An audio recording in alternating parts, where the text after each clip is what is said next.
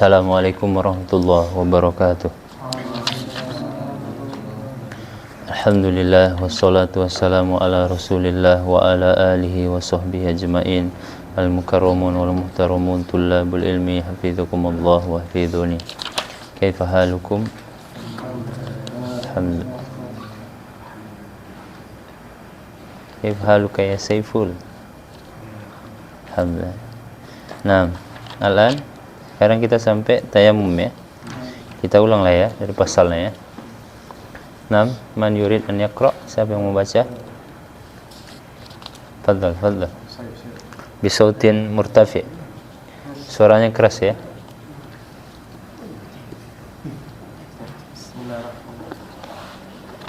Bismillahirrahmanirrahim. Rahimahullah ta'ala. Nafa'ana Allah bihi wa bi'ulumihi fid dharain. Coba di sini dekat Ustaz ya, yang baca. Biar keras suaranya. Nah. Faslun fit tayammumi. Nah.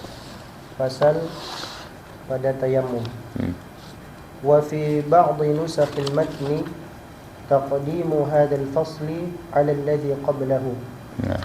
Pada sebagian manuskrip matan mendahulukan pasal ini dari pembahasan sebelumnya. Ya. Jadi sebagian manuskrip tayamum ini didahulukan daripada pasal sebelumnya, itu mengusap khuf ya. Jadi kita ini namanya ilmiah. Kita harus jujur dengan ilmu. Walaupun yang dinukil itu kadang berbeda dengan pendapat kita tidak boleh mengubahnya. Kenapa? Karena itu ilmu. Jadi bagaimana disampaikan kepada kita nukil. Yang sering Ustaz kasih contoh seperti misalnya Imam Malik. Imam Malik meriwayatkan hadis tentang hadis anjing itu termasuk najis mughallal dengan membasuh 7 kali, mencuci 7 kali. Tapi dia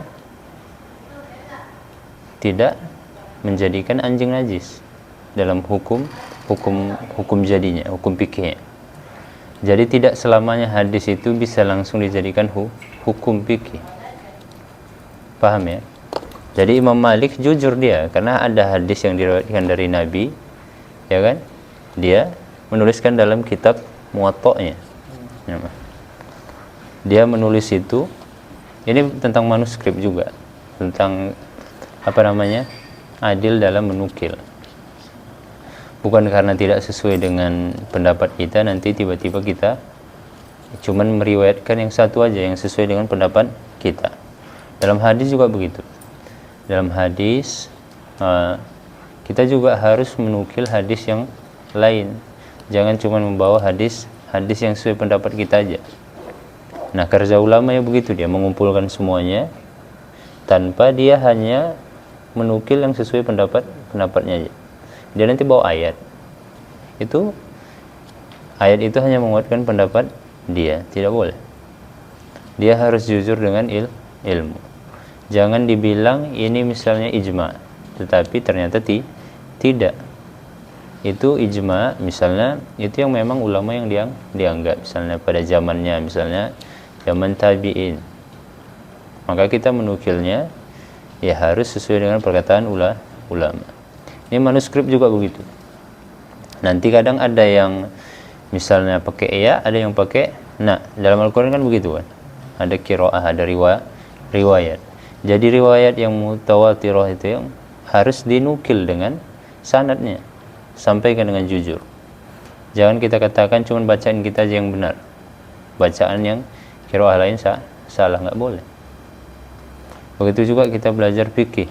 Dalam fikih mazhab Syafi'i pendapatnya begini, dalilnya ini. Cuman kita harus juga tahu pendapat lain. Dalilnya apa? Kenapa begitu? Itulah pentingnya kita belajar usul fikih. Nah, ini dijelaskan. Inilah namanya ilmiah. Kita itu harus ilmiah ya. Nah, muasil. Wa tayammumu lughatan al-qasdu. Dan tayammum secara bahasa yaitu Al-qasdu yaitu memaksudkan atau meniatkan, menuju ya. menuju. Qasdu itu kan artinya menuju. Qasadtuka, aku menuju engkau, aku bermaksud menuju engkau itu. Jadi secara bahasa tayammum itu artinya qasada, menuju, bermaksud menuju. Makanya kita harus paham dulu ini secara akar katanya apa, secara istilahnya apa. Jadi secara bahasa Arab itu nanti digunakan supaya kita tidak salah meletakkan ini secara bahasa atau secara syariat. Sama kayak sholat kan, sholat itu secara bahasa doa misalnya, ya kan? Jangan nanti kalian bilang aku udah berdoa sama Allah udah nggak perlu sholat, karena sholat itu doa. Ada yang begitu. Ada yang mengatakan aku sudah sholat karena apa? Sudah berzikir, hanya berzikir aja dia, mengingat Allah. Ada nanti aliran yang begitu. Dia tidak perlu lagi sholat, cukup hanya mengingat Allah. Kenapa? Karena dia misalnya menerjemahkan sholat secara bahasa. Ya jangan kalian aneh, kenapa orang itu nggak sholat cuma zikir aja tapi bilangnya dia udah sholat. Dia doa aja mengingat Allah gitu. Dia hanya menggunakan secara bahasa. Tapi secara syariat bukan begitu kan. Sholat itu dibuka dengan takbiratul ihram dan nanti ditutup dengan salam. Itu yang dilakukan Nabi itu secara syariat. Nah, wasil. Wa syar'an isalu turabin tahurin lil wajhi wal yadaini badalan an wudu'in aw ghuslin aw ghuslin. Secara syariat tayammum yaitu menyampaikan debu yang suci kepada wajah dan kedua tangan sebagai pengganti terhadap wudhu dan mandi. Jadi ini adalah pengganti daripada wudhu dan gusl ya. Jadi pendapat dalam mazhab Syafi'i kalau sudah mandi besar itu tidak perlu wudhu lagi ya. Tidak perlu wudhu lagi. Cuman Ustaz, ya Allah alam ya, Ustaz rasanya kurang nyaman, tapi ya begitulah pendapat ulama kan. Karena yang sudah menghilangkan hadas besar otomatis menghilangkan hadas kecil. Tapi ya ada yang mengatakan ulama ya memang mandi wajibnya itu jangan sampai batal wudhunya. Karena kan Nabi itu ketika mandi wajib berwudhu kan, berwudhu. Caranya ya ikuti sunnah lah. Pertama cuci kemaluan ya kan, kemaluan, setelah itu berwudhu, membasuh kepala, mandi seperti biasa. Jadi mana tadi? Pengganti wudhu dan ghusl, mandi Kenapa kita tayamum ya? Karena memang nggak bisa misalnya menggunakan air atau nggak ada air. Nanti ada kita. Kapan kita boleh tayamum? Nanti ada syaratnya. Paham itu ya? Dia itu isalu turabin, menyampaikan turab. Turabnya itu kan kita udah apa ya kan? Jangan turab mustakmal. Jadi dia pertama digunakan untuk tangan, untuk wajah. Misalnya begini, dia nanti ini kan untuk wajah misalnya, terus untuk tangan itu beda ya. Harus pindah tempatnya.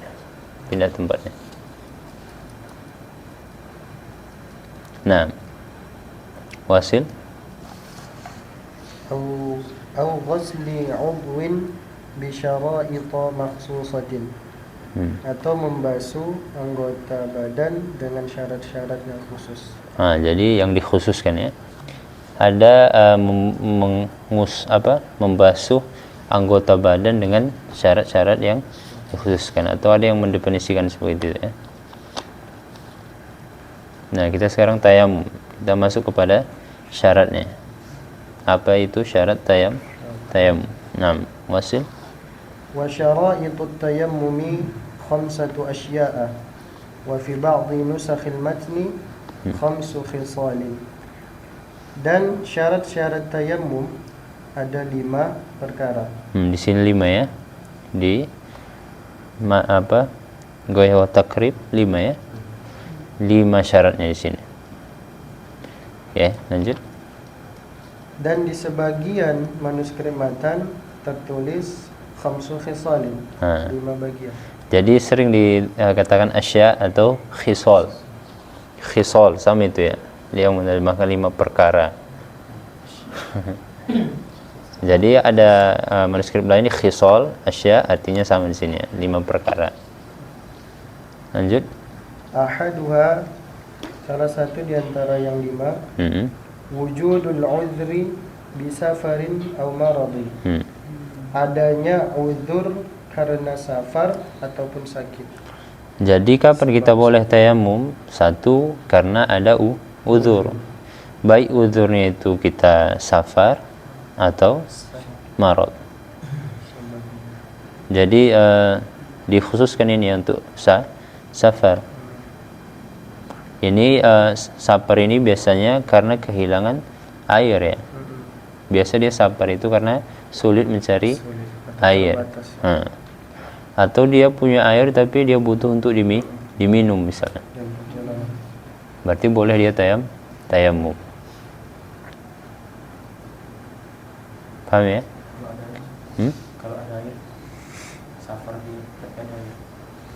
Kalau ada air dia batal kan? Maksudnya nggak boleh tayamum. Kalau cukup airnya walaupun safar dia tetap dengan air. Dikhususkan di sini safar berarti uzur. Maksudnya ada uzur di safarnya itu. Bukan hanya karena safarnya aja ya. Dia butuh kepada airnya.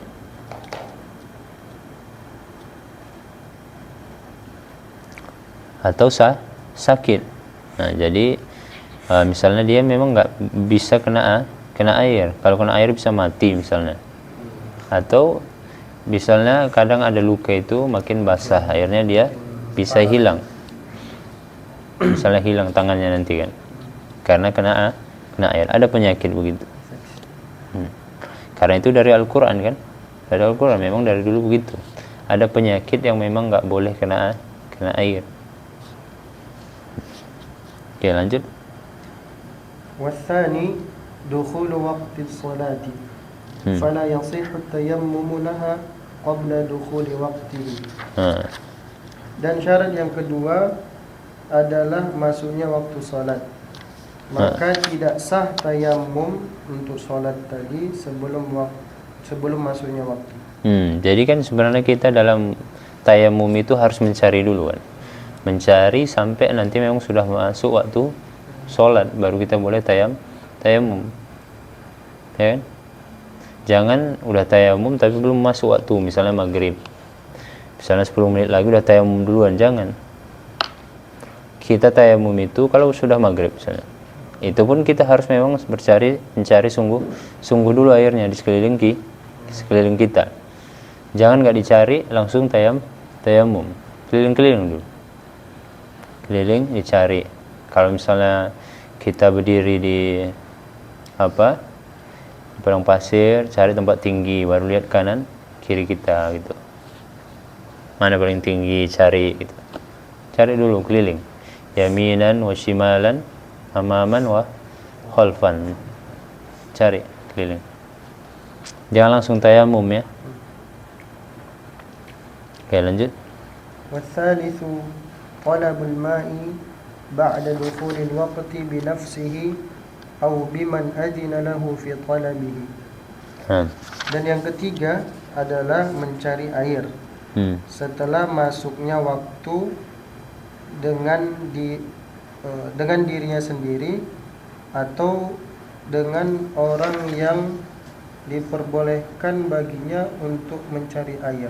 Ya. Cuman yang permasalahan yang kedua tadi kan tadi dukhulu waqtis sholah ya, dia memang harus yakin kalau itu waktunya sudah masuk ya. Kalau belum maka dia misalnya dia ragu apakah sudah masuk atau belum ini, maka tayamumnya enggak sah di sini ya.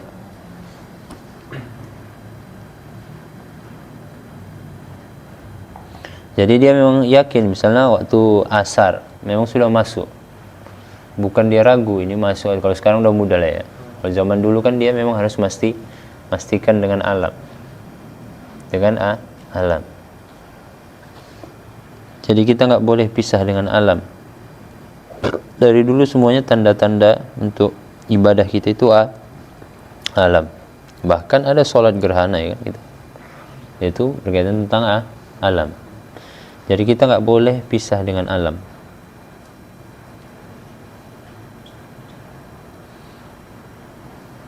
Jadi sebelum dia tayamum, dia juga harus menghilangkan najis dari badannya. Ada ainiyahnya, ada hukmiyahnya kan. Dan kan tayamum tapi ada masih lengket situ teh ayam ya kan. Hilangkan dulu teh ayamnya itu. Dia harus suci dalam saat dia tayamum. Terus yang keberapa sekarang? Tadi yang pertama apa? Hah? Ada uzur. Nah, uzur ya. Nah, safar atau ingat safarnya itu karena misalnya faqadal misalnya kehilangan air atau dia memang butuh kepada air itu untuk minum. Yang kedua, dia mau tayamum itu harus memang sudah yakin masuk waktu sholat, bukan syak, tapi ya yakin. Yang ketiga, tolabul tolab. Nah, itu Ustaz pernah bahas ini waktu Ustaz dulu apa? Pidato bahasa Arab tentang tolabul ilmi kan. Kenapa hikmahnya dimasukkan tolabul ilmi? Bukan misalnya bahsul ilmi, ya kan? Atau yang lain, mencari kan? Kenapa pakai tolab? Harus dipaksa. Tolab itu dia memang harus mencari dengan sungguh mengerahkan segala kemampuannya. Ini pakai tolab. Makanya Imam Syafi'i mengatakan apa? Syairnya bahasa Indonesia begini. Jika engkau memberikan kesungguhanmu semuanya dalam menuntut ilmu, maka ilmu itu hanya akan memberikanmu sebagian. Kalau semuanya kita kerahkan ini kemampuan kita untuk menuntut ilmu, paling ilmu yang kita dapat sedikit saja, sebagian. Apalagi kita tidak mengarahkan semuanya kemampuan kita, nggak dapat ilmu lah. Kenapa? Karena ilmu itu sangat luas. Jadi tolab itu memang dia mencari dengan sungguh mengkerahkan segala kemampuannya. Bukan cuma cari udah gitu, bukan. Nah, itu makanya disebut tolabul ilmi. Jadi orang yang ingin mencari ilmu, dia memang mengerahkan segalanya, hartanya, jiwanya, semuanya. Bahkan ulama itu kan ada riwayat itu yang sampai dia karena mencari satu hadis, cuaca yang begitu dingin, saya lupa nama ulama siapa, sampai patah kakinya dia nggak terasa jatuh ke lubang dia, hanya untuk mendapatkan satu hadis. Jadi kita sekarang ini ilmu sudah mudah ya, mudah mencarinya, cuman keberkahan lagi yang sulit. Dulu walaupun dia mencari begitu jauh satu hadis, tapi ilmunya itu berkah. Dengan satu hadis itu dia bisa mengubah orang. Dia juga bisa mengubah dirinya. Kita hafal ribuan hadis, tapi mengubah diri itu sekarang kan akhir zaman ini kan kadang beriman nanti sorenya, artinya begitu, kufur nikmat. Ada di Al-Quran nanti saya kasih tahu ayat. Orang yang tengah-tengah, dia di situ melakukan maksiat, siap itu dia ibadah juga jalan, terus maksiat juga jalan, ada di Al-Quran ayat. Dia beramal soleh, dia juga beramal buruk. Cuma nanti ayat belakangnya alhamdulillah baik. Nah, mudah-mudahan artinya Allah mengampunkan dosanya itu. Artinya makanya kita harus selalu membarengi itu. Makanya kata Nabi Muhammad SAW, ittaqillaha haitsuma kunta wa atbi'is sayyi'atal hasan. Jadi keburukan itu selalu diiringi dengan kebaikan. Insyaallah nanti dia hapus dengan kebaikan itu. Ya artinya kita berusaha lah, jatuh balik. Tapi bukan menganjurkan bermaksiat ya. Artinya berusaha istiqomah. Mana tadi sampai? Talabul ma. Betul-betul sungguh-sungguh cari air dulu. Jangan nggak sungguh-sungguh langsung tayamum, nggak boleh. Itu pun ba'da duhulil waqti binafsi. Masuk waktunya ya, baru boleh. Terus tadi udah terjemahkan semuanya. Au biman adzinalah, atau yang diizinkan. Misalnya kita punya rombongan nih, ya kan? Ya, kita suruh satu orang, tapi dia harus fiqh ya, harus memang adil. Maksudnya jangan pula dia yang kayak tadi, bukan tolak dia, cuman lihat sana udah nggak ada katanya sama rombongannya. Jangan yang begitu, yang diutus untuk mencari, diizinkan, adzinalahu, yang diizinkan untuk mencari air itu. Dia harus thiqah, yang diutus itu thiqah. Jangan mudah. Biman adzinalahu, terus mana tadi? Fi talabihi, dalam betul-betul sungguh-sungguh mencari air. Boleh kita misalnya pergi rombongan, satu orang aja diutus itu, tapi dia thiqah, adil itu. Boleh kita tayamum. Nah, muasil fayatlubul ma'a min rahlihi wa rifqatihi. Nah, dan dia mencari air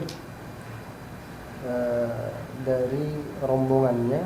rohlihi itu ya tempat dia. Misalnya seorang itu, misalnya dia berdiri di atas batu, misalnya dia misalnya mencari sendiri, misalnya dari tempat dia berdiri itu, misalnya di atas batu dia berdiri, carinya keliling gitu kan, atau rifqatihi, atau dari rombongannya yang ya memang dia banyak yang yang mengawal dia banyak kan. Rifqah itu kan rafiq kan, yang menemani lah, artinya di rombongannya. Boleh dia melihat dari rombongannya, boleh dia sendiri, boleh dia melihat dari rombongannya, dari tempatnya. Misalnya rohal ini kan biasanya tunggangannya kan, bisa aja dia dari tunggangan itu melihat dari batu, maksudnya ngelihat airnya. Kalau nggak ada air, ya udah tayamum kita. Kemudian fa in kana munfaridan nazara hawalaihi min al-jihatil arba'i in kana bimustawin min al-ardi. Namun apabila dia sendiri atau seorang diri, maka dia melihat kepada sekelilingnya dari arah yang empat. Arah yang empat ya, yang yaminan, shimalan, amaman, wa khalfan. Dialah kelilinglah dia mutar dia.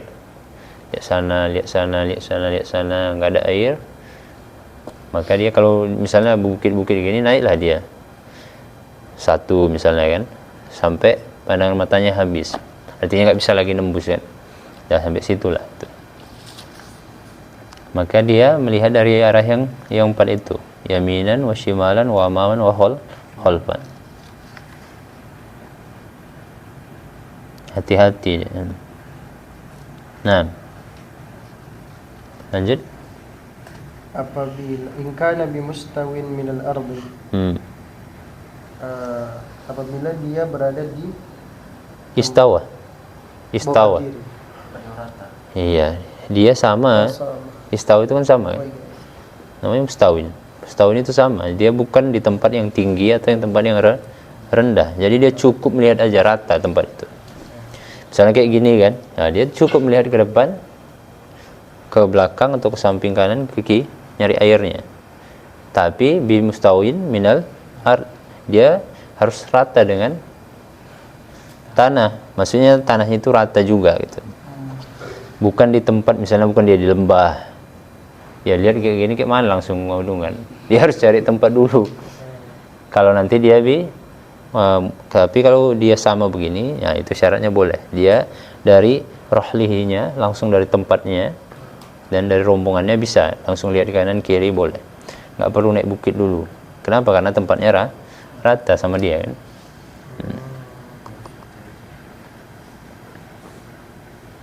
Jadi nggak ada itu syaratnya, la yakuna thamma mani minan nazar. Nggak ada yang menghalangi dia daripada melihat itu. Di depannya misalnya nggak ada pohon, ya kan? Atau sejenisnya. Jadi boleh dia langsung melihat sekelilingnya. kota, ya carilah dulu naik kereta kan. Kalau di sini jarang lah ya. Kalau di sini kota begini kan, masih bisa kita cari kalau pakai kereta. Ingat tolab ya, tolab itu cari dulu sungguh. Tahunya kita ini kan di sana misalnya, nggak mungkin kalau di Wallahu alam. Tapi kalau di sana pun di Palestina masih ada laut ya, masih ada laut, masih bisa dipakai untuk berwudu. Tapi nanti kalau turun Dajjal memang kekeringan, ditahan kan. Kisah turunnya Dajjal itu memang Allah menahan turunnya hujan. Hanya nanti di saat itu Dajjal lah yang bisa menurunkan hujan, yang menyuburkan tumbuhan. Jadi banyak yang ikut sama dia. Makanya surga itu seperti neraka, neraka seperti surga. Jadi orang-orang yang kuatlah imannya. Makanya dibilang makannya pun nggak ada lagi. Makannya hanya dengan zikir. Ya, sekarang latihan makan dengan zikir. Jadi jangan kalian nganggap remeh enteng jemaah tabligh yang mengatakan zikir la ilaha makan kita dengan zikir. Ya, begitu nanti. Mengenyangkan zikir itu bagi orang-orang yang beriman. Nah, wallahu a'lam. Lanjut. فإن كان فيها ارتفاع وانخفاض تردد قدر نظره. Nah. Namun apabila terdapat di tempat yang tinggi dan di tempat yang rendah, maka dia taraddad, berkeliling dulu. Sebatas Taraddad itu kayak mondar-mandir bahasa kita kan. Mondar-mandir, carilah kalau dia tempat tinggi kali kan. Tapi kalau tinggi ya artinya nggak rata lah. Kadang dia di bawah, kadang apa ya dicari dulu bolak-balik. Jangan hanya lihat begini aja udah. Tapi kalau di padang pasir itu biasanya rata ya. Kita cukup melihat ke depan. Iya, kalau yang pasti begitu naiklah, cari. Biasa orang naik ke tempat tinggi kan, naik tinggi lihat sana. Betul-betul memang mencari ya. Taraddad. Artinya taraddad itu berulang-ulang. Cari dulu. Nah, wasil. والرابع تعذر استعماله أي الماء بأن يخاف من استعمال الماء على ذهاب نفس أو منفعة عضو. Dan syarat yang keempat yaitu adanya uzur dalam penggunaannya, yaitu air. Ya, jadi ini lebih spesifik lagi ya. Kalau tadi uzurnya itu bisa karena sakit atau safar. Tapi ini karena uzurnya itu memang uzur memakainya ya. Uzur memakainya mungkin karena penyakit, lebih khusus dia. Tadi mungkin karena safar tapi dia butuh air atau tidak dapat air, uzurnya ke sana. Atau sakit masuk juga. Ini karena uzurnya dia memang uzur dalam menggunakannya, fi isti'malil ma. Dia memang uzur dalam menggunakannya. Misalnya dia takut kalau misalnya dia pakai air itu nanti bisa memudorotkannya, maka dia diperbolehkan untuk tayamum. Jangan sampai dia tayamum tapi dia sebenarnya enggak bahaya dalam menggunakan air. Sampai mana tadi yang baca? Ala zahabi nafsin. Ya, itu tadi terjemahkan. Belum. Coba terjemahkan. Bi an yakhafa tadi. Nah. Dengan sebab dia takut dalam penggunaan air tadi hilangnya jiwa. Nah, zahabi nafsin artinya maut. Zahabi nafsin, nafas. Pergi jiwanya. Jadi kalau dia menggunakan air mati janganlah. Atau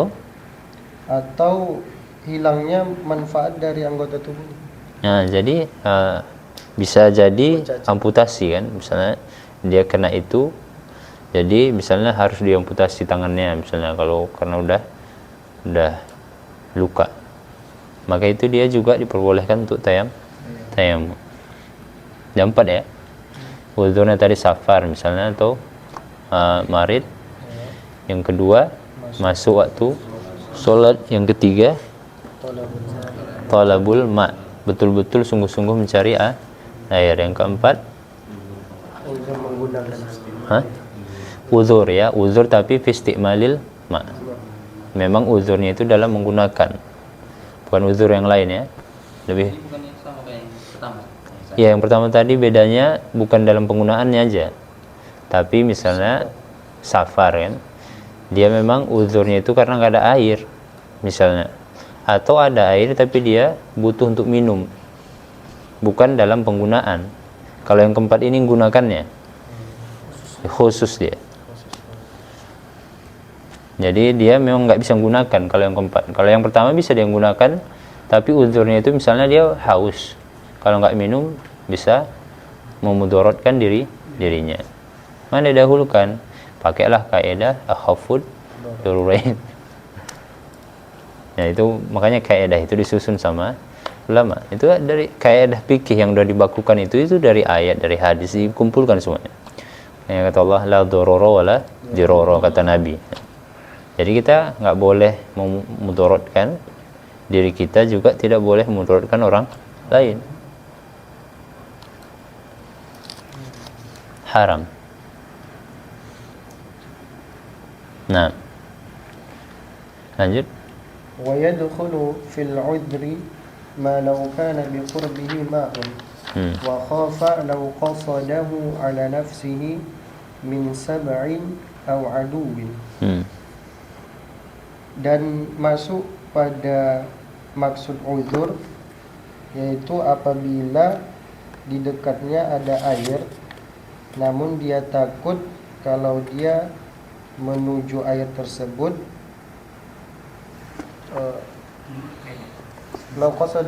kalau dia mau menuju air itu, qasad dan kita bilang menuju kan, dia takut juga membahayakan dirinya. Kenapa bahaya?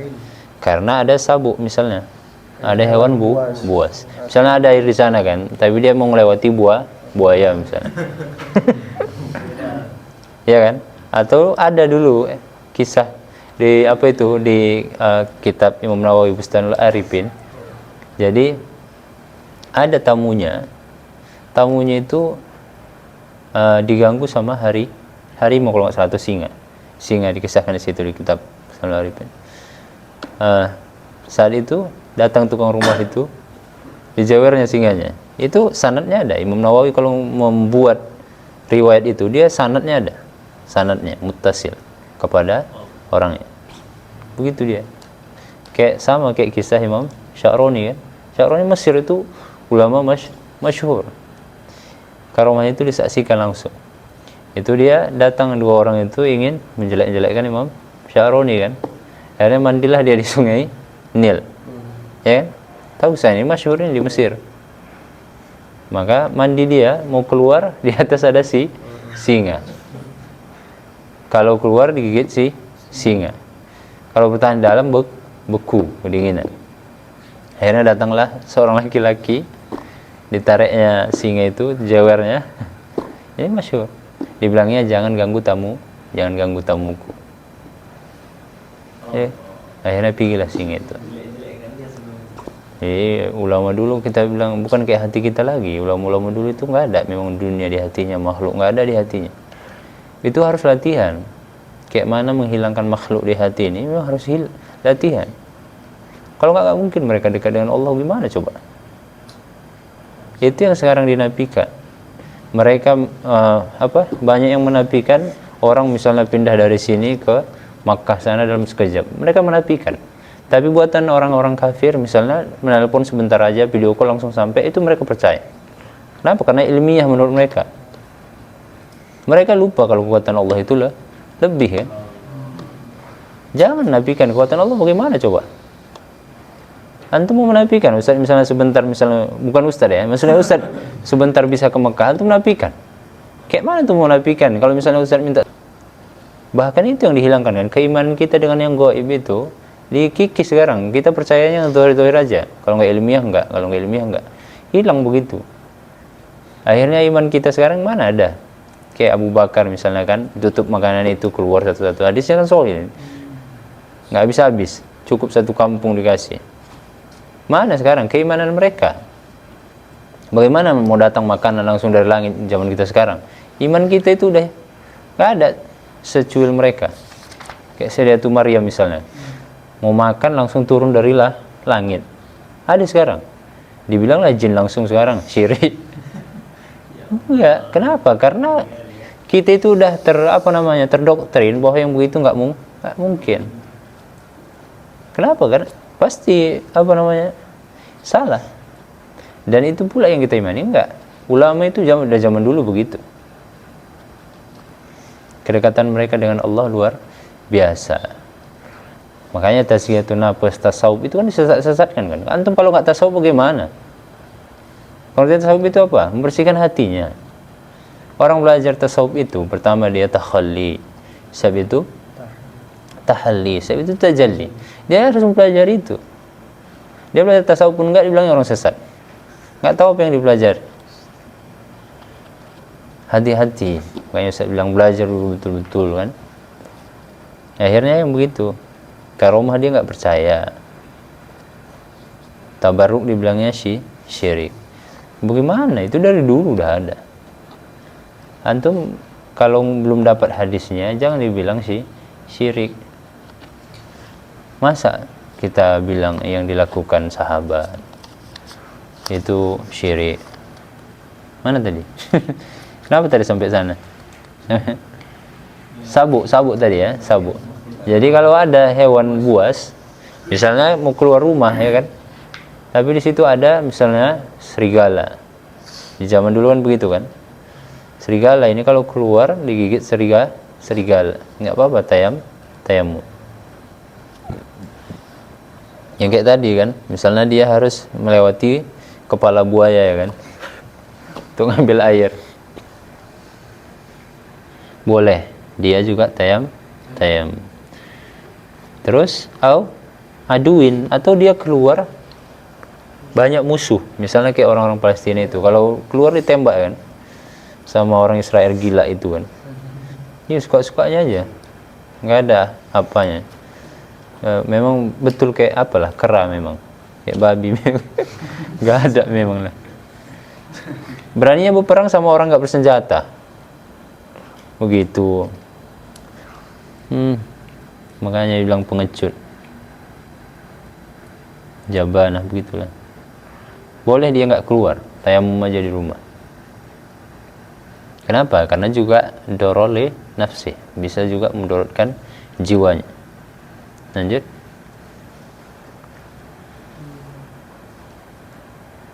Au ala malihi min sariqin au ghasibin. Nah, Atau dia takut atas hartanya dari pencuri ataupun ghasab. nah ini juga boleh ya. Boleh kalau dia keluar misalnya mau dirampok orang hartanya, banyak begal kan. Banyak begal, perampok. Dulu namanya kotok torik ya. Nah, jadi dia ya kalau dia keluar misalnya harus dengan kereta kan, nyari air. Misalnya di sana ada begal yang suka ngambil kereta misalnya, nggak apa-apa, dia tayamum aja untuk nahankan hartanya, walaupun dia nggak mau dibunuh gitu. Kalau jelas dia mau dirampok atau apa di luar banyak begitu, di kitab ini diperbolehkan untuk tayamum. Dan pencuri kan, memang Islam itu kan memang tujuan itu kan, ada hifdzud din, ada daruriyatul khams, itu maqasidus syariah kita. Daruriyatul khams ada 5. Pertama hifdzud din ya. Harus jaga, tujuannya kalau kita mengeluarkan fikih tapi bertentangan dengan hifdzud din berarti ada yang salah ya. Yang kedua apa tingkatannya? Hifdzud din, sebab itu hifdzud nafas ya, untuk menjaga jiwa nafas kita. Yang ketiga, sebelum hibdul mal apa? Hibdul mal dulu ya, menjaga harta. Jadi maqasid syariah kita yang itu. Atau nanti diringkas juga jalbul masolih wa darul mafasid. Tujuan syariah kita itu adalah membawa kepada maslahat, menolak ke mudorotan, kerusakan. Ketika ada yang berdua bertentangan, yang dahulukan mana? Darul mafasid, menolak ke mudorotan. Itu ada kaidahnya semua. Jadi ulama kita itu mengeluarkan hukum bukan asal-asalan ya.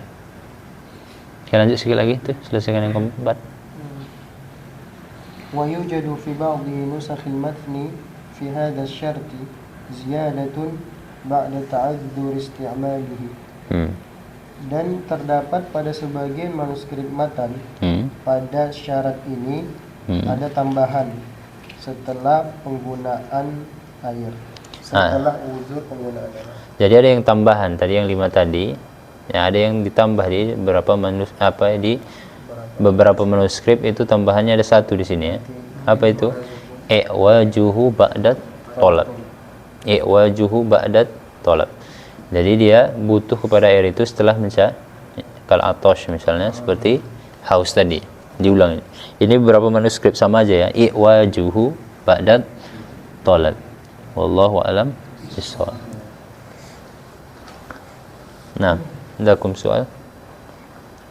Nah, ketika bertayamum ini, apakah harus dari tanah kita boleh dulu atau boleh dari sebentar? oh iya itu nanti kelima ya. At-turabut tohir. Jadi dia kalau dalam mazhab Syafi'i harus ada debunya, jangan yang basah. Pendapat yang muktamad itu harus ada debunya harus tohir juga, harus suci. Walaupun misalnya tanahnya itu dari tanah kuburan, boleh. Tapi jangan seperti di kitab-kitab nanti dikatakan jangan seperti kal-kurofah Misr. Seperti perkuburan Mesir itu, dia bercampur antara najis, antara nanah, di sini sodidul mauta. Nanah darah itu bercampur kuburannya, jadi tanahnya itu najis. Atau tanah yang dicuri pun misalnya, itu boleh bertayamum tapi ma'al hurmah, tapi haram, tapi sah tapi haram. Paham kan? Paham. Hukumnya sah tapi haram. Sama kayak jual beli pas azan. Jual belinya sah tapi haram. Paham ya? Beda nanti mazhab Hanafi ya. Hah? Jumat. Atau yang lain. Tapi itu khusus ya ayatnya ya. Karena Jumat. Nanti ada di kitab Rawdahnya Imam Nawawi itu diapakan? Yang penting ada debunya. Tapi asalnya dalam pendapat Imam Nawawi yang kuat itu, ya dia harus tanah ya, tanah yang berdebu. Iya, dalam mazhab Syafi'i asalnya enggak? Enggak. Cuman ya pendapat yang gimana lagi kan? Kita aula fal aula. Artinya kita turunlah. Gimana lagi kan? Enggak bisa ya ke situ gitu. Itu ada kaidah al aula fal aula. Enggak bisa sini ke bawahnya. Nggak bisa derajat level misalnya sodikin turun mukhlasin, nggak bisa mukhlasin turun lagi gitu ya, semana bisanya. Wallahu a'lam. Makanya fatayammumu sha'idan thayyiban. Nah, aja. Kalau tayamum pakai satu tangan boleh? Tayamum Satu tangan. contohnya gimana?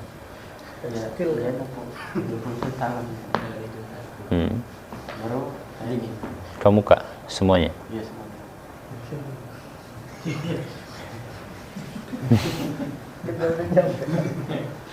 Sana ada uzurnya. Kalau uzur nggak apa-apa. Sebenarnya kan dia isolul turab. Syaratnya tadi menyampaikan turab ya, ke wajah dan ke tangan. Kalau uzur ya nggak apa-apa. Sama kayak air. Berwudu kan boleh kan?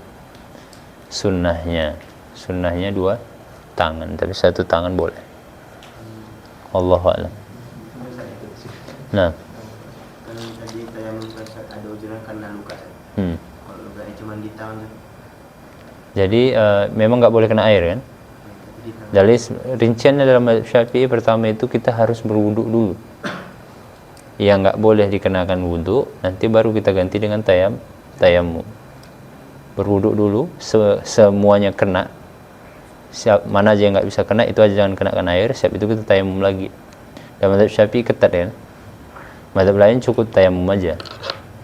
Yang penting ada badan kita yang nggak boleh, yang anggota wudu yang nggak boleh kena air, itu ada yang membolehkan tayamum aja. Tapi dalam mazhab Syafi'i yang kuat itu pakai dulu air. Yang mana yang boleh, anggota tubuh yang kena air, setelah itu baru tayamum pengganti itu. Kalau lukanya di kaki itu sama aja kan? Sama, yang penting anggota wudu.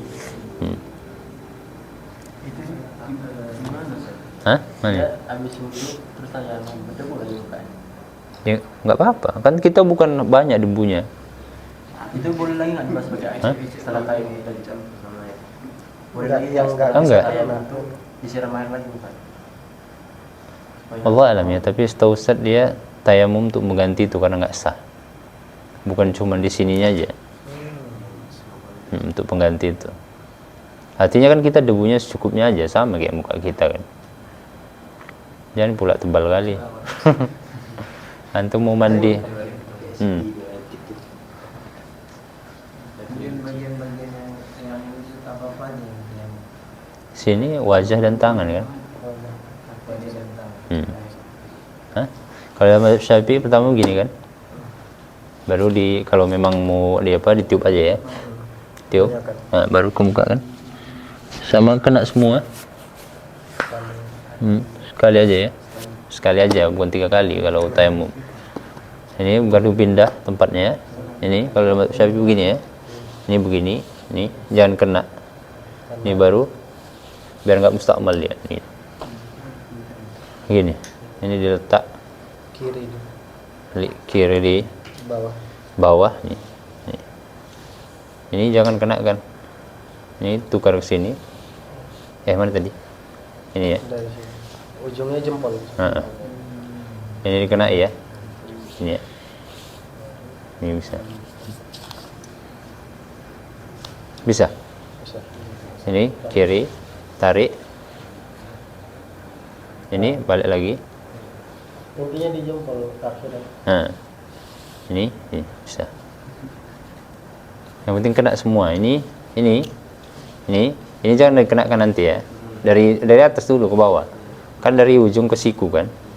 Nah, baru sini. Ini tukar, ini ke bawah lagi. Nah, baru udah kena semua. Kalau dalam Muhammadiyah dia cuma di sini aja. Hah? Wallahu a'lam ya, mungkin. Dia zahir hadisnya aja.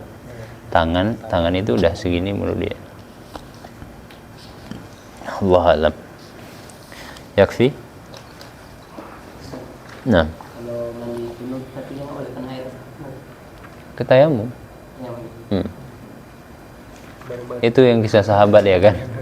Kisah sahabat guling-guling dia. Pikirnya kayak mandi. Iya. Dipikirnya begitu. dipikir begitu. Sebenarnya enggak, kayak tayamum bukan begitu. Jadi dia enggak perlu guling-guling kena semua badan enggak. Tayamum aja, ganti tayamum. Cuman ingat ya, itu hanya dipakai misalnya untuk satu sholat wajib. Kalau dia dua yang siap tadi kan dia berhadas, besar.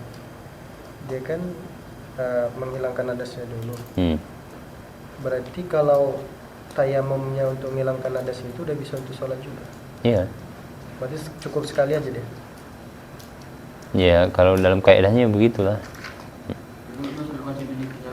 Kalau niat tayamumnya untuk mandi wajib ya gitu dia tayamum lagi. Berarti masang dua niat gitu. Enggak, dia niatnya cuma untuk mandi wajib kan. Iya, baru. Itu mandi wajib berarti sah dia sholat. Yang wudhu tadi berlaku juga sama mandi. Ya tapi Allah alam, tadi kita mau apa ya, membahas tentang tayamum. Tayamum itu biasanya untuk satu wajib ya, untuk satu wajib, untuk apa namanya, kalau udah mandi dia sudah menghilangkan hadas kecil kan, otomatis dia sholat. Tapi dalam kaidahnya sepertinya begitu. Kalau dia tayamum untuk itu, untuk hadas besar, berarti dia boleh sholat. Allah alam, coba nanti kita lihat. Tapi kaidahnya begitu. Karena dia sama seperti air kan, diwajib. Halas? Nakhtatim bihamdallah, alhamdulillahirabbil alamin. Wa du'a kafaratul majlis. Subhanakallahumma bihamdika asyhadu an la ilaha illa anta astaghfiruka wa atubu. Assalamualaikum warahmatullahi wabarakatuh. Waalaikumsalam.